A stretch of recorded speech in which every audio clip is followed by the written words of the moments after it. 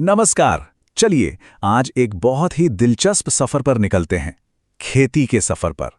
हम ये देखेंगे कि आखिर कैसे एक नन्हा सा बीज एक लहलहाती फसल में बदलता है। इस पूरी प्रक्रिया को हम एकदम आसान हिस्सों में तोड़कर समझेंगे। तो चलिए एक सीधे से सवाल से शुरू करते हैं। हम सब बाजार से सब्जियां और अनाज कितनी आसानी से खरीद लाते हैं, है ना? पर क्या हमने कभी सोचा है कि इन्हें उगाने में असल में कितनी मेहनत और कितना समय लगता है? ये एक दिन का काम क्यों नहीं है? इसी सवाल का जवाब ढूंढने के लिए हम खेती की पूरी प्रक्रिया को एक-एक करके समझेंगे। पहले हम एक बड़ी तस्वीर देखेंगे और फिर उन शुरुआती सबसे जरूरी कदमों पर ध्यान देंगे ताकि ये समझ आए कि ये सब असल में काम कैसे करता है। चलिए सबसे पहले तो यही समझ लेते हैं कि जब हम खेती की बात करते हैं तो इसका असल मतलब है क्या। तो देखिए, कृषि पद्धतियां का मतलब है वो सारे काम जो एक किसान करता है, वो भी एक सही क्रम में, मिट्टी तैयार करने से लेकर फसल को स्टोर करने तक सब कुछ। इसे आप एक रेसिपी की तरह समझ सकते हैं जहां हर एक स्टेप बेहद जरूरी है। अच्छा, जरा सोचिए, क्या होगा अगर कोई किसान सिर्फ जमीन पर बीज फेंक दे और बाकी सब कुछ भूल जाए? क्या फसल अपने आप उग जाएगी? शायद नहीं। तो सबसे जरूरी बात यही है कि खेती एक सोची समझी योजना है, कोई जादू नहीं। हर कदम पिछले कदम पर निर्भर करता है, और अगर एक भी स्टेप गलत हो गया ना, तो पूरी मेहनत पर पानी फिर सकता है। अब आइए देखते हैं कि एक किसान को फसल उगाने के लिए असल में कौन-कौन से कदम उठाने पड़ते हैं। ये है पूरा रोड मैप। तो ये हैं खेती के वो 7 मुख्य चरण। इन्हें आप एक रेसिपी के 7 स्टेप्स की तरह देख सकते हैं। आज हम इन सब पर नहीं, बल्कि पहले 3 सबसे जरूरी कदमों पर ध्यान देंगे, क्योंकि यही किसी भी फसल की नींव होते हैं। ठीक है, तो चलिए पहले और शायद सबसे जरूरी कदम से शुरू करते हैं, मिट्टी को तैयार करना। यह बिल्कुल वैसा ही है जैसे कोई घर बनाने से पहले एक मजबूत नींव रखता है। लेकिन ये जानने से पहले कि किसान क्या करते हैं, चलिए सोचते हैं कि वो ऐसा करते ही क्यों हैं। मतलब सीधी सीधी सख्त जमीन में ही बीज क्यों नहीं बो देते? इससे तो समय और मेहनत दोनों बचेंगे, है ना?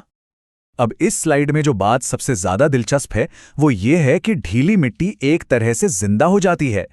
ये जड़ों को सांस लेने में मदद करती है, पानी को बेहतर तरीके से सोखती है और उन छोटे छोटे जीवों को भी एक्टिव रखती है जो पौधों के लिए बहुत जरूरी हैं। मतलब ये अपने आप में एक पूरा इकोसिस्टम है। चलिए अब अगले कदम पर चलते हैं।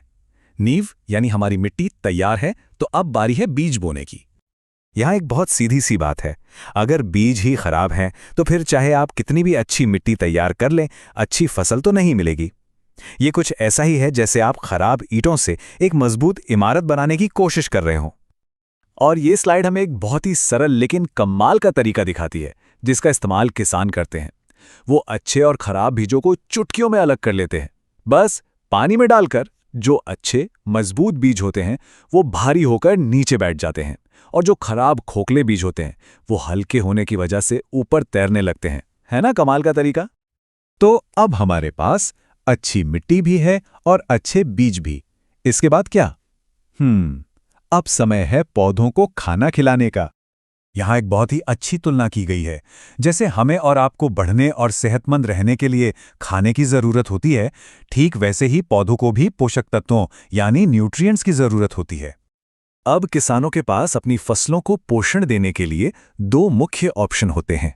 एक है प्राकृतिक खाद जो धीरे धीरे मिट्टी की सेहत को बेहतर बनाती है, और दूसरा है रासायनिक उर्वरक जो पौधों को फौरन एक न्यूट्रिएंट बूस्ट देते हैं। लेकिन यहां एक बहुत जरूरी चेतावनी भी है। हाँ, ये बात सही है कि उर्वरक तेजी से काम करते हैं, पर इस बात पर भी जोर दिया गया है कि अगर इनका बहुत ज्यादा इस्तेमाल किया जाए तो ये लंबे समय में मिट्टी को नुकसान पहुंचा सकते हैं, यहां तक कि उसे बंजर भी बना सकते हैं। तो चलिए आज हमने जो कुछ भी सीखा है उसे जल्दी से एक बार दोहरा लेते हैं ताकि सब कुछ याद रहे। तो मुख्य बात यह है कि खेती एक सोची समझी प्रक्रिया है, और मिट्टी तैयार करना, अच्छे बीज चुनना और पौधों को सही भोजन देना, ये शुरुआती कदम किसी भी सफल फसल के लिए सबसे ज्यादा जरूरी हैं। और इसी के साथ हम आज के विश्लेषण के अंत में पहुंचते हैं। लेकिन यह हमें एक दिलचस्प सवाल के साथ छोड़ जाता है। सोचिए, अगर एक किसान को इन पहले 3 कदमों में से सिर्फ एक को ही सबसे बेहतर तरीके से करने का मौका मिले, तो अंतिम फसल पर सबसे ज्यादा असर किसका होगा? मिट्टी का, बीज का या फिर भोजन का? अगर आपको ये वीडियो पसंद आई हो तो एक छोटा सा लाइक जरूर कीजिए। ऐसे ही इंफॉर्मेटिव और फन वीडियोस के लिए चोटू का ज्ञान चैनल